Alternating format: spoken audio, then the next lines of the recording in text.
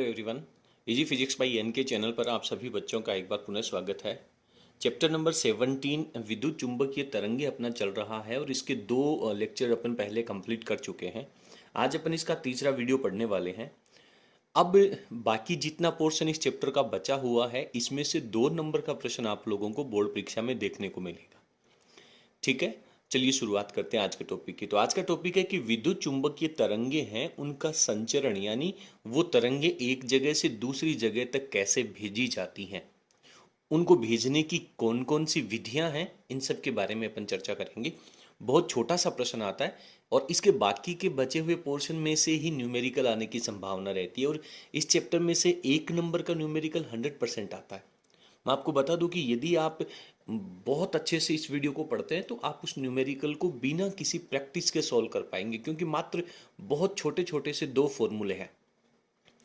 चलिए, तो सबसे पहले मैं आपको बता दूं कि विद्युत चुंबकीय तरंगों का संचरण कैसे होता है। जनरल अपन अपनी भाषा में सीखने का प्रयास करते हैं। देखिए, मान लीजिए एक बहुत बड़ा कमरा है और उस बहुत बड़े कमरे के अंदर 2 लड़के खड़े हुए हैं और उन दोनों बच्चों के हाथ में एक गेंद है। मान लीजिए कि ये वो कमरा है। इस तरीके से आप समझने का प्रयास करें, एक बार में आप पूरी डेफिनेशन अच्छे से सीख जाएंगे। और इस कमरे में एक लड़का यहाँ पे खड़ा हुआ है और एक लड़का यहाँ पर खड़ा हुआ है। ठीक है, अब ये दोनों एक गेंद है, वो एक दूसरे से दूसरे के पास में भेजना चाहते हैं। तो पहला तरीका तो ये है कि ये लड़का गेंद को यहाँ पे जमीन में रखेगा और इसको धक्का मारेगा, तो ये गेंद है वो इस जमीन के ऊपर घसीटती हुई इस लड़के के पास पहुंच जाएगी। ये तो है इसकी पहली विधि, यानी जमीन से रगड़ते हुए गेंद जाना। क्लियर है। दूसरा तरीका ये है कि ये अपने हाथ में गेंद को पकड़ सकता है और पकड़ करके हवा में इसको ऐसे हवा में फेंकता हुआ और इसके पास फेंक देगा और ये वापस इसको कैच कर लेगा, यानी अपने चारों तरफ की हवा के माध्यम से इसको फेंकी जा सकती है। और तीसरा एक तरीका है कि ये लड़का अपने हाथ में जो गेंद है उसको छत के पास में फेंकेगा और वो गेंद छत से टकरा करके कुछ इस तरीके से, और इस लड़के को ये भी पता है कि मैं किस तरीके से फेंकूंगा, तो वो छत से टकरा करके और वापस इस लड़के के पास पहुंच जाएगी। तो ये इसका तीसरा मेथड है। तो इन्हीं तीनों तरीकों को आधार मान करके, याद रख करके अपन पूरी विधि को पढ़ने वाले हैं। तो इसमें सबसे पहला मेथड आता है भूतरंग संचरण, ग्राउंड या सरफेस वेव प्रोपोगेशन इसे कहते हैं। तो आप लोगों को आइडिया लग गया होगा कि भूतरंग संचरण में क्या होने वाला है। देखिए, तरंगों को भेजने के लिए 2 चीजों का होना बहुत जरूरी है। एक भेजने वाला, भेजने वाले को अपन कहते हैं प्रेषित्र, और एक होता है तरंगों को ग्रहण करने वाला, जिसे अपन कहते हैं अभिग्राही। ठीक है, तो जब किन्हीं विद्युत चुंबकीय तरंगों को पृथ्वी की सरफेस के ऊपर, सतह के ऊपर प्रेषित्र से अभिग्राही तक पहुंचाई जाती हैं, तो इस विधि को भूतरंग संचरण कहते हैं। जनरल सामान्यतः यहां से इनकी केवल मात्र परिभाषा पूछी जाती है। देखिए क्या कहते हैं कि पृथ्वी के पृष्ठ के समीप, पृथ्वी की सतह के समीप विद्युत चुंबकीय तरंगों के संचरण को भूतरंग संचरण कहते हैं। बहुत आसान सी परिभाषा है, एक बार में पढ़ करके आप इसे याद कर पाएंगे। यह विधि लंबी दूरियों तक संचरण के लिए उपयोगी नहीं है। सबसे बड़ी बात यह है कि इस विधि के द्वारा आप तरंगों को बहुत ज्यादा दूरी तक नहीं भेज सकते। इनकी आवृत्ति न्यून होती है, इनका तरंग दैर्ध्य बहुत ज्यादा हो जाएगा, यानी कम आवृत्ति की तरंगों को, जिनका तरंग दैर्ध्य बहुत अधिक होता है, उनको ही केवल यहां से भेजा जा सकता है। इनकी जो आवृत्ति है वो 500 किलो हर्ट्ज से 1500 किलो हर्ट्ज तक होती है। देखिए, पहली तो जो इंपॉर्टेंट बात है वो इनकी डेफिनेशन की है, भूतरंग संचरण किसे कहते हैं, और दूसरी इंपॉर्टेंट कहानी है वो इनकी आवृत्ति की है, यानी भूतरंग संचरण में किस आवृत्ति की तरंगों को भेजा जाता है। तो 500 किलो हर्ट्ज से 1500 किलो हर्ट्ज तक आप लोगों को इसकी ये जो रेंज है, फ्रीक्वेंसी रेंज है, वो आपको याद करनी होगी। क्लियर है।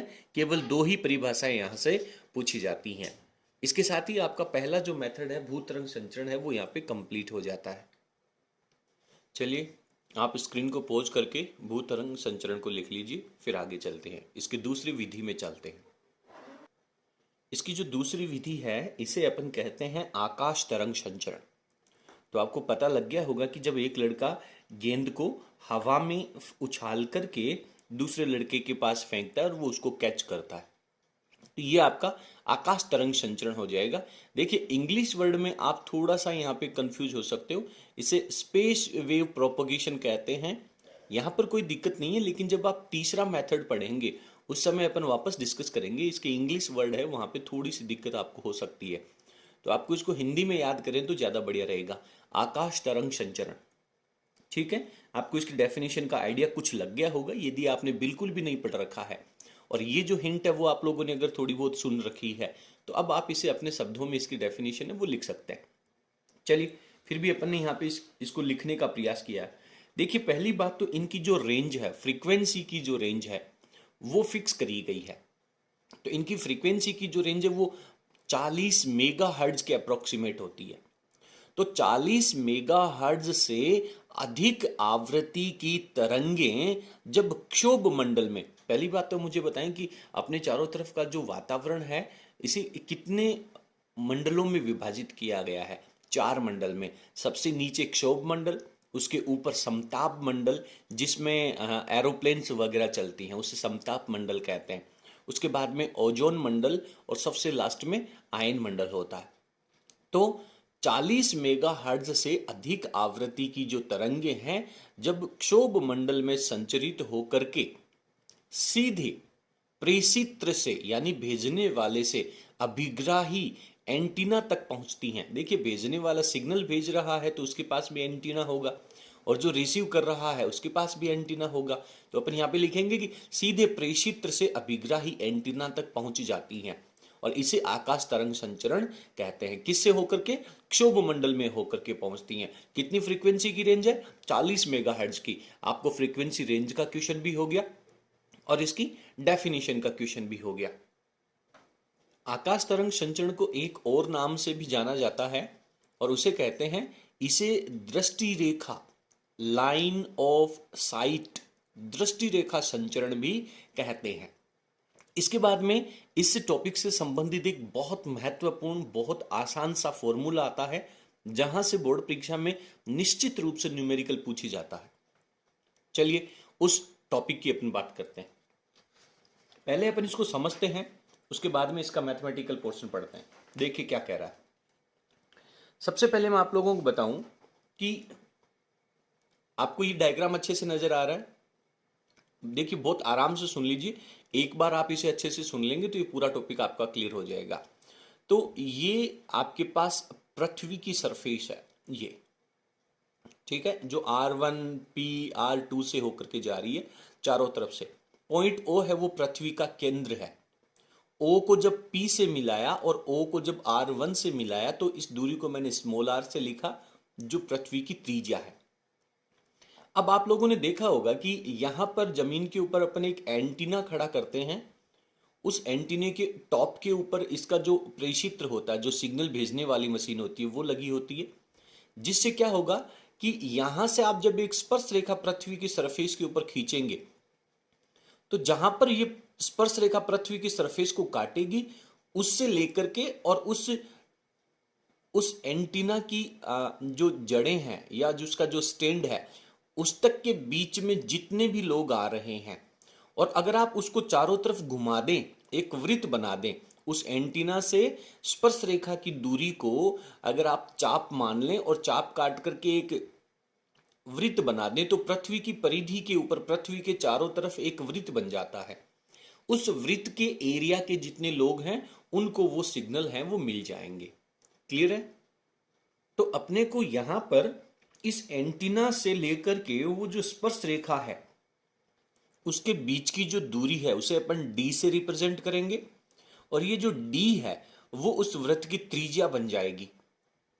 तो जब आप एरिया की बात करेंगे कि कितने लोगों तक वो सिग्नल है वो पहुंच पा रहे हैं, तो सिंपल पाई r की जगह अपन d से लिखेंगे।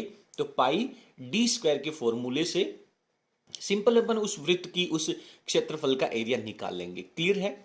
अब अपने को एक रिलेशन देखना है। क्या रिलेशन देखना है कि एंटीना जितना ज्यादा हाइट पर होगा उतना ही ज्यादा दूरी तक संचरण कर पाएगा, ये बात अपन जानते हैं। एंटीना कम हाइट पे होगा तो स्पर्श रेखा है वो कम बनेगी। तो एंटीना की ऊंचाई में, और इसे कहते हैं दृष्टि रेखा, ये जो डी दूरी है इसे कहते हैं दृष्टि रेखा। तो एंटीना की ऊंचाई में और इस दृष्टि रेखा के बीच में क्या संबंध है, ये संबंध बोर्ड परीक्षा में आपसे डिराइव करवा सकता है या फिर इसके ऊपर डिपेंडेंट न्यूमेरिकल पूछ सकता है। रिजल्ट आपको अच्छे से याद हो जाएगा। क्लियर है? तो इसमें ज्यादा कुछ कहानी नहीं लिखनी है, आपको टॉपिक समझ में आ गया होगा। आपका उद्देश्य क्या है, किस प्रश्न के उत्तर में आपको यह कहानी लिखनी है। तो ये जो एंटीना है इसकी ऊंचाई में और इस दृष्टि रेखा के बीच में संबंध निकालना। जब डी की वैल्यू आपके पास आ जाएगी तो फिर पाई डी स्क्वायर के फॉर्मूले से आप लोग यहां का क्षेत्रफल निकाल लेंगे। तो पृथ्वी की सतह से एच ऊंचाई के टावर से प्रसारण दूरी कितनी होगी, ये एच ऊंचाई का टावर कह दें या एंटीना कह दें, इससे प्रसारण की ये जो दूरी है ये कितनी होगी, इसके बीच में रिलेशन निकालना। बहुत अच्छे से सुनेंगे तो आप एक बार में इसको तैयार कर लेंगे। देखिए क्या करना है, केंद्र बिंदु O से P को मिला दें और P से Q की, ये PQ है, इसे एंटीना कह दें H ऊंचाई का, और Q से R1 एक स्पर्श रेखा खींच दे पृथ्वी की सतह पर, और R1 से P पॉइंट आप जब मिलाएंगे तो ये पृथ्वी की सतह पे मिलने वाली रेखा है, ये P पॉइंट के ऊपर एक 90 डिग्री का एंगल बनेगा यहां पर। देखिए आप इस बात को समझ लें, पहले अच्छे से क्लियर कर लें। P पॉइंट के ऊपर यानी Q, P और R1 के बीच में यहां पे एक 90 डिग्री का एंगल बनेगा। उसके बाद में आपने Q से एक स्पर्श रेखा खींची है R1, और R1 को आपने मिला दिया पृथ्वी के केंद्र O से। तो R1 के ऊपर Q R1 O, यहां पर भी आपके पास एक 90 डिग्री का एंगल बनेगा स्पर्श रेखा और त्रिज्या के बीच में। क्लियर है? तो दो 90 डिग्री के एंगल बनेंगे। आपको दो समकोण त्रिभुज लेने हैं और उनमें पाइथागोरस की प्रमेय लगानी है, सिंपल। तो सबसे पहले आप इसमें से ये जो बड़ा ट्राइंगल है इसको ले लीजिए। तो इसको क्या लिखेंगे, O Q R1, बड़ा ट्राइंगल। आधार मान करके चलिए, याद रखने का तरीका समझ लीजिए कि मुझे बड़ा ट्राइंगल लेकर के चलना है। तो त्रिभुज OQR1 से, मैंने आपको पहले ही कहा था कि जब अपन 16वां और 17वां चैप्टर पढ़ेंगे तब आप लोगों को रिवीजन की जरूरत नहीं रहेगी। आप इतना स्लो पढ़ें, पहली बार में पढ़ें, ताकि परीक्षाओं का ज्यादा समय भी दूर नहीं है, तो आपको ज्यादा दोबारा रिवीजन करने की जरूरत भी नहीं पड़ेगी। ट्रिक्स मैं आप लोगों को बताता जाऊंगा। ये 40 मेगाहर्ट्ज की जो फ्रीक्वेंसी की रेंज है ये आप लोगों को याद करनी पड़ेगी। आकाश तरंग संचरण की रेंज कितनी होती है, भूतरंग संचरण की कितनी पड़ी थी, अभी आपने कितनी पड़ी थी, 500 किलो हर्ट्ज से लेकर के 1500 किलो हर्ट्ज तक की फ्रीक्वेंसी होती है। ये जो चीजें, जो डाटा याद करने वो तो करनी है, बाकी आपको कुछ भी याद करने की, रटने की जरूरत नहीं है। तो इसमें पाइथागोरस प्रमेय लगाओ। तो इसमें आपके पास 90 डिग्री तो R1 पे है ना, तो R1 के सामने O से लेकर के Q, ये तो आ गया आपके पास कर्ण। तो क्या बनेगा फॉर्मूला, OQ का स्क्वायर प्लस QR1 का स्क्वायर और R1O का स्क्वायर। क्लियर है? R1O का स्क्वायर, ये यहां पे थोड़ा सा शायद मैंने गलत लिख दिया, ये R1O का स्क्वायर आएगा। OQ का स्क्वायर ये कर्ण हो गया, और ये QR1 का स्क्वायर हो गया, और ये OR1 होगा। यहाँ पे ये क्या है आपके पास, O है ये, ठीक है, OR1 स्क्वायर। तो ये OR1 स्क्वायर हो जाएगा। चलिए सर ये तो कहानी ठीक है। OQ के स्क्वायर की जगह क्या लिखोगे सर, ये तो R प्लस एच लिख देंगे ना, कोई दिक्कत ही नहीं है, बहुत बढ़िया। और QR1 की जगह वैल्यू आपके पास नहीं है। अच्छा OR1 की जगह, सर OR1 की वैल्यू तो है हमारे पास, कितनी है, R है, तो ये दो वैल्यूज तो आ जाएंगी। अब सर हमारे पास तो QR1 की वैल्यू नहीं है, तो QR1 की वैल्यू नहीं है, तो यहां पे एक छोटा त्रिभुज आपको नजर आ रहा होगा बाहर की तरफ, ये वाला QPR1। तो यहां पे अपन लिखेंगे त्रिभुज QPR1 से। तो क्या होगा, इसमें P के ऊपर 90 डिग्री का एंगल बन रहा है, तो इसके सामने ये जो QR1 है ये कर्ण हो जाएगा। तो क्या हो जाएगा, QR1 का स्क्वायर बराबर ऊंचाई को h का स्क्वायर लिख दीजिए और इसको आप d का स्क्वायर लिख दीजिए। तो h square plus d square, ये QR1 स्क्वायर की जगह वैल्यू रख दीजिए। अब सारी वैल्यूज आ गई ना आपके पास। ओ क्यू की जगह क्या है, ओ क्यू की जगह सर आर एच लिखेंगे, आर प्लस एच का होल स्क्वायर हो गया, बराबर में क्यू आर वन स्क्वायर की जगह H square plus D square हो गया, O R one square, O R one square इसकी जगह आर का स्क्वायर लिख देंगे, सिंपल, ये आर का स्क्वायर हो गया। ये ब्रैकेट ओपन कर लीजिए स्क्वायर, तो X square plus Y square plus 2xy हो गया, बराबर में H square plus D square plus R square चल रहा है। सोल्व कर लो यार, नजर आ रहा है सर, आर स्क्वायर को मारेगा, एच स्क्वायर को मारेगा, और सर डी स्क्वायर बराबर बचेगा 2rh, डी स्क्वायर बराबर बचेगा 2rh, स्क्वायर हटाओगे तो रूट लग जाएगा, तो d is equals to under root 2rh। ये d क्या है, ये आपकी वो दृष्टि रेखा है जो आपको एक वृत्त की त्रिज्या माननी है, बराबर में फॉर्मूला बनेगा 2r का मतलब है पृथ्वी की त्रिज्या और h का मतलब है एंटीना की ऊंचाई, बस अंडर रूट 2rh, यही फॉर्मूला आप लोगों को याद करना है। इसके बाद में यदि एरिया निकालेंगे तो पाई डी स्क्वायर का फॉर्मूला लिखेंगे, डी का स्क्वायर करना है तो, और इधर यहाँ पे डी है वो रूट में है, जब स्क्वायर करोगे तो इसका रूट कैंसिल आउट हो जाएगा, तो 2rh हो जाएगा, ठीक है ना। चलिए फटाफट आप इसकी स्क्रीन को पॉज करके और इतना उतार लीजिए। देखिए डेरिवेशन आए तभी आपको ये कहानी इतनी सी लिखनी है। आकाश तरंग संचरण की परिभाषा आए ये लिखना है, फ्रीक्वेंसी की रेंज आए ये लिखना है, दृष्टि रेखा की लंबाई निकालनी है या फिर दृष्टि रेखा और एंटीना की ऊंचाई में संबंध ज्ञात करना हो तो आपको ये लिखना है, अदरवाइज डायरेक्ट ये फॉर्मूला याद रखना है जिसको अपन आगे न्यूमेरिकल्स में यूज करने वाले हैं। चलिए फटाफट लिख लीजिए।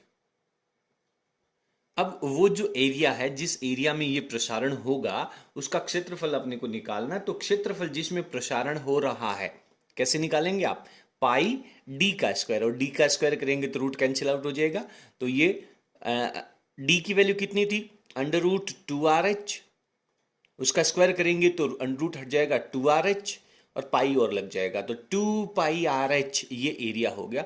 ये तो आप अपने आप निकाल पाएंगे, इसको तो याद करने की आपको आवश्यकता नहीं है, बस एक बार पढ़ना था। अब इसके आगे का प्रश्न दोबारा पढ़ने का प्रयास करें। देखिए मेरी बात को पहले समझ लीजिए, उसके बाद में अपन बात करेंगे, आपको यहां पे बिल्कुल क्लियर हो जाएगा। ये मान लीजिए आपके पास में पृथ्वी की सरफेस है, ठीक है। अब होगा क्या, मान लीजिए मैंने यहां पे एक एंटीना लगाया दिया, ये एंटीना की ऊंचाई है, इस एंटीना से जब प्रसारण होगा तो इधर अपन स्पर्श रेखा खींचेंगे और इधर अपन स्पर्श रेखा खींचेंगे, ठीक है। तो केवल यहां के जो लोग हैं, इस एरिया के जो लोग हैं, उनके पास ही सिग्नल पहुंच पाएगा। ये जो स्पर्श रेखा जब आगे निकल जाएगी ऐसे, तो यहां के जो लोग हैं उनको ये सिग्नल नहीं मिलेंगे, क्लियर है, क्योंकि ये लाइन तो सीधी निकल जाएगी ना, तो ये सिग्नल यहां पे मुड़ेंगे नहीं।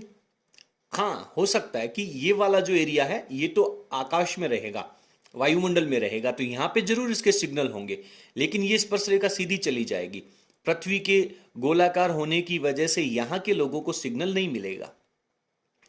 तो इस समस्या के समाधान के लिए क्या किया जाता है कि यहां पर एक और एंटीना लगा दिया जाता है, तो फिर क्या होगा, यहां के एंटीना के जो सिग्नल है वो यहां का एंटीना, अब देखिए ये जो दूसरा एंटीना है वो इस पहले एंटीना की दृष्टि रेखा के अंदर आ रहा है, इसके टॉप से जब आप खड़े होकर के जहां जहां देखेंगे, इसके शीर्ष पे खड़े होकर के, इसको दृष्टि रेखा क्यों कहते हैं, क्योंकि इसके शीर्ष के ऊपर खड़े होकर के आप जहां जहां जिन जिन चीजों को देख सकते हैं वहां वहां सिग्नल पहुंच जाएगा।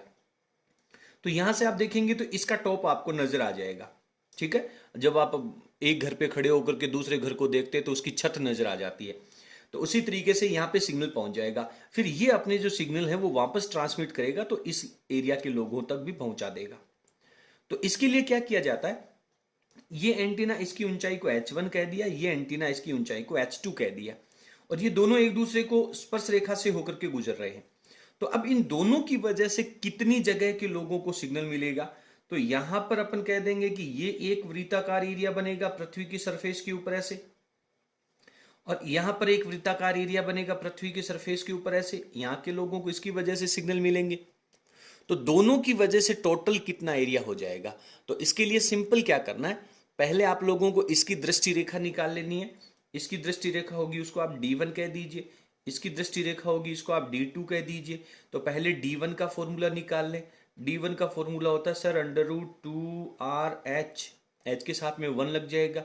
दूसरी दृष्टि रेखा D2 है, इसके साथ फॉर्मूला लग जाएगा √2RH2, क्योंकि दोनों सिचुएशन में पृथ्वी तो सेम है, इसलिए स्मॉल r तो सेम ही लेंगे। तो ये आपके पास दृष्टि रेखा हो जाएगी। इसमें ये भी कह सकता है कि कुल दृष्टि रेखा कितनी है, तो इन दैट सिचुएशन आप D1 + D2 कर दीजिए।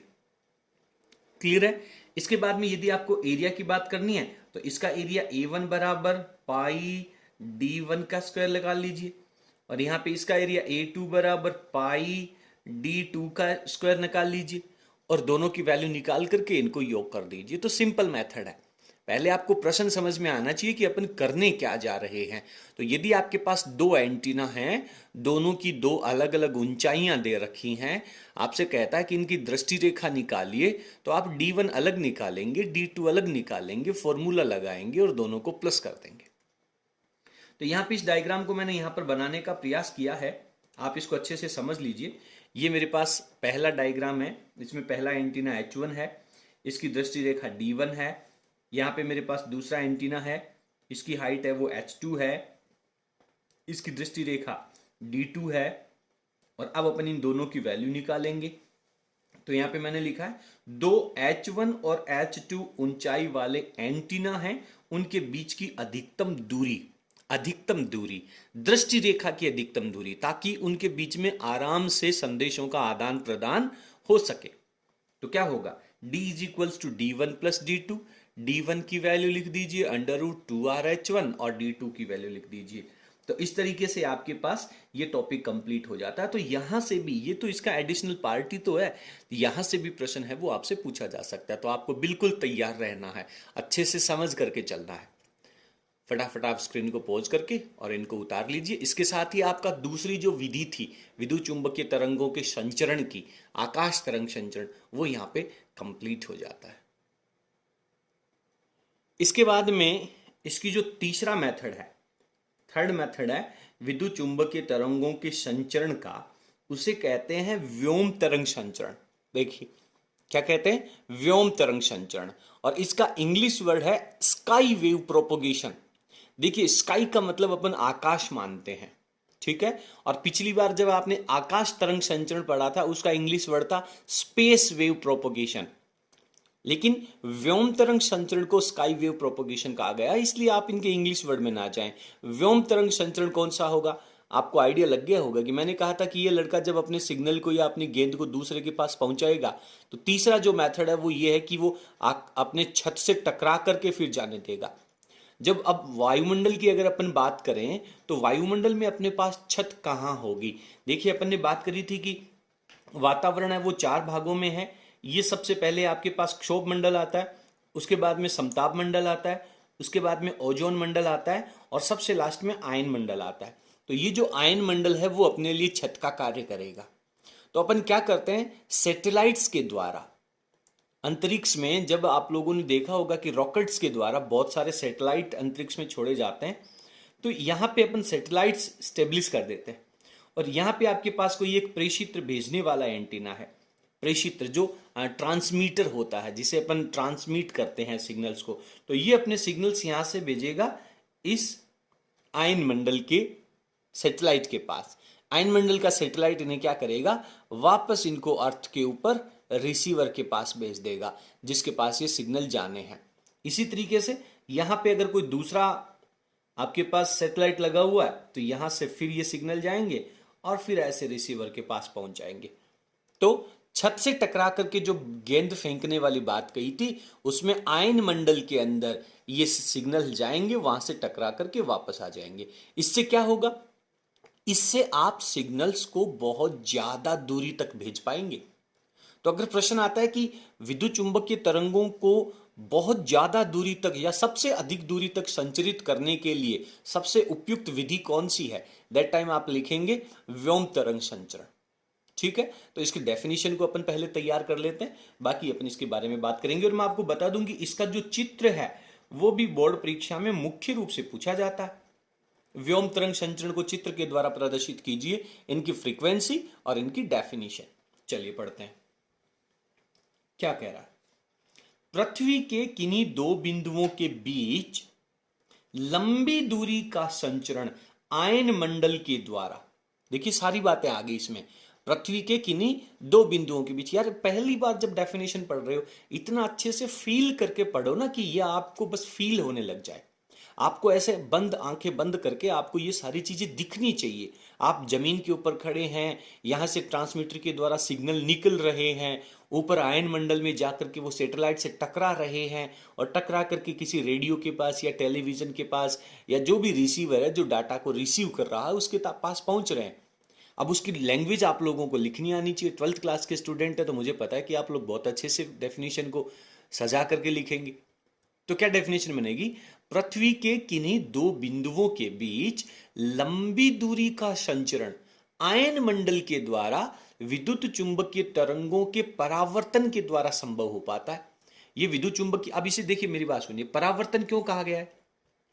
परावर्तन इसलिए कहा गया है कि जब आप यहां से जाएंगे और ये तरंगे यहां से टकरा करके वापस जब उसी माध्यम में लौट रही हैं, मेरी बात को ध्यान से सुनना, वापस उसी माध्यम में लौट रही है। परावर्तन की डेफिनेशन क्या कहती है कि जब कोई तरंग है वो किसी एक सरफेस से टकरा करके पुनः उसी माध्यम में लौट आए, तो उसी तो परावर्तन कहेंगे। तो यहां पे अपन कहते हैं कि आयन मंडल के द्वारा, इस आयन मंडल के द्वारा इन विद्युत चुंबकीय तरंगों का परावर्तन हो जाता है और परावर्तन के कारण वापस उसी माध्यम में लौट आती है। तो परावर्तन द्वारा संभव हो पाता है। इस प्रकार की तरंगों को व्योम तरंगे कहते हैं। क्लियर? मेरे हिसाब से आपको इस डेफिनेशन में कोई डाउट नहीं होगा। यदि आपको ये डेफिनेशन इजी लगी हो, आपको समझ में आई हो, तो प्लीज एक लाइक तो बनता है यार। चलिए, इसके बाद में है इनकी फ्रीक्वेंसी रेंज। फ्रीक्वेंसी रेंज कितनी है? इनकी फ्रीक्वेंसी रेंज है वो 30 मेगाहर्ट्ज से लेकर के 40 मेगाहर्ट्ज तक की है। ठीक है। अच्छा, सबसे कम फ्रीक्वेंसी रेंज कहां थी? 500 किलोहर्ट्ज से 1500 किलोहर्ट्ज भूतरंग संचरण में। सबसे ज्यादा फ्रीक्वेंसी कहां थी? सबसे ज्यादा फ्रीक्वेंसी आकाश तरंग संचरण में, 40 मेगाहर्ट्ज से भी ज्यादा। और बीच की जो फ्रीक्वेंसी लेवल है 30 मेगाहर्ट्ज से लेकर के 40 मेगाहर्ट्ज तक, वो आपकी व्योम तरंग संचरण में आती है। तो ये बात मैं आपको क्लियर बता दूं। इसके बाद में यहां पे इसका डायग्राम आना चाहिए। तो ये पृथ्वी है, ठीक है, ये आपका प्रेषित्र है, भेजने वाला है प्रेषित्र। यहां पे अपने को एरो मार्क भी लगा देना चाहिए, थोड़ा सा पता चल जाएगा। और ये इनका रिसीवर है जिसे अपन अभिग्राही कह सकते हैं। देखिए, भेजने वाला जो होगा वो तो सिग्नल सारे एक ही जगह से भेजे जाएंगे, लेकिन रिसीवर हैं वो अलग अलग पॉइंट्स पे हो सकते हैं। जैसे मान लीजिए कि कोई एक रेडियो स्टेशन है जहां से सिग्नल आ रहे हैं, कोई एक रेडियो का स्टूडियो है, या फिर टेलीविजन का कोई न्यूज चैनल का एक स्टूडियो है, वो तो प्रॉपर एक जगह ही होगा ना। मान लीजिए दिल्ली में है तो वो तो सिग्नल तो सारे वहीं से ही जाएंगे, लेकिन उसके जो सिग्नल है वो ऑल ओवर इंडिया ट्रांसमिट हो रहे हैं। बात क्लियर है? तो जो रिसीवर्स हैं वो तो सब अलग अलग पोजीशंस के ऊपर है। तो रिसीवर्स की पोजीशन को आपको इस तरीके से अलग अलग दिखानी है, ट्रांसमीटर की जो लोकेशन है वो आपको एक जगह दिखानी है। तो इस तरीके से आप लोगों को ये डायग्राम ड्रॉ करना होगा। क्लियर है? उम्मीद करता हूं कि आपको आज का टॉपिक है वो बहुत अच्छे से समझ में आ गया होगा। इसके बाद में इसी कहानी से जुड़ा हुआ ये जो अभी अपने आकाश तरंग संचरण पढ़ा था उससे संबंधित एक न्यूमेरिकल है, उसको भी अपन पढ़ते हैं। पहले आप वीडियो की स्क्रीन को पॉज कर लें और अच्छे तरीके से यहां तक लिख लें, समझ लें। उसके बाद अपन आगे एग्जाम्पल नंबर 3 में चलते हैं। देखिए, उदाहरण नंबर 3 आपको अपनी स्क्रीन पे नजर आ रहा। प्रश्न कह रहा है कि किसी मीनार के शीर्ष पर, मीनार का मतलब कोई टावर हो गया, उसके शीर्ष पर स्थापित प्रेषक एंटीना यानी सिग्नल भेजने वाला एंटीना है। एंटीना की ऊंचाई 32 मीटर है, यानी पहला एंटीना है जिसकी हाइट H1 दे रखी है आपको 32 मीटर, तथा एक दूसरा एंटीना है जिसे अभिग्राही एंटीना कहा गया है और उसकी ऊंचाई दे रखी है 50 मीटर। तो जब दो अलग अलग एंटीनाओं की ऊंचाइयां आपको दे रखी है तो आपको आइडिया लग जाना चाहिए कि आप कौन से टॉपिक में हैं, कौन सी कैलकुलेशन आपसे करवाने वाला है। LOS विधा में संतोषजनक संचार के लिए दोनों एंटीनाओं के बीच की अधिकतम दूरी क्या होगी? पृथ्वी की त्रिज्या आप लोगों को यहां पर दे रखी है। तो यहां पे मैंने H1 की वैल्यू लिख ली है, H2 की वैल्यू 50 मीटर, R जो पृथ्वी की त्रिज्या है वो मैंने यहां पे लिख ली है। अधिकतम दूरी पूछी है तो आपको क्या निकालना पड़ेगा, एक तो सर d1 निकालना पड़ेगा √2RH, और d2 निकालना पड़ेगा √2RH2, और दोनों की वैल्यू यानी d1 और d2 की जो वैल्यू आएगी उनको अपने को प्लस करना होगा। तो यहाँ पे पहले मैंने डायरेक्ट फॉर्मूला लिखा है, d is equals to √2RH1 plus √2RH2। अब डायरेक्ट अपन इनके अंदर इनकी वैल्यूज रखेंगे, तो ये मैंने यहाँ पर इनकी वैल्यूज रख ली है। और वैल्यूज को रखने के बाद अब आप एक बार अपने वीडियो की स्क्रीन को पॉज कर लें, और पॉज करने के बाद इसको अच्छे से कैलकुलेशन कर लें, और कैलकुलेशन करने के बाद डायरेक्ट रिजल्ट आप यहाँ पे लिख सकते हैं, डायरेक्ट आंसर आप यहाँ पे लिख सकते हैं। तो ये मेरे पास इसका डायरेक्ट आंसर आ जाता है, मैंने प्रश्नों को पहले से सॉल्व कर रखा है।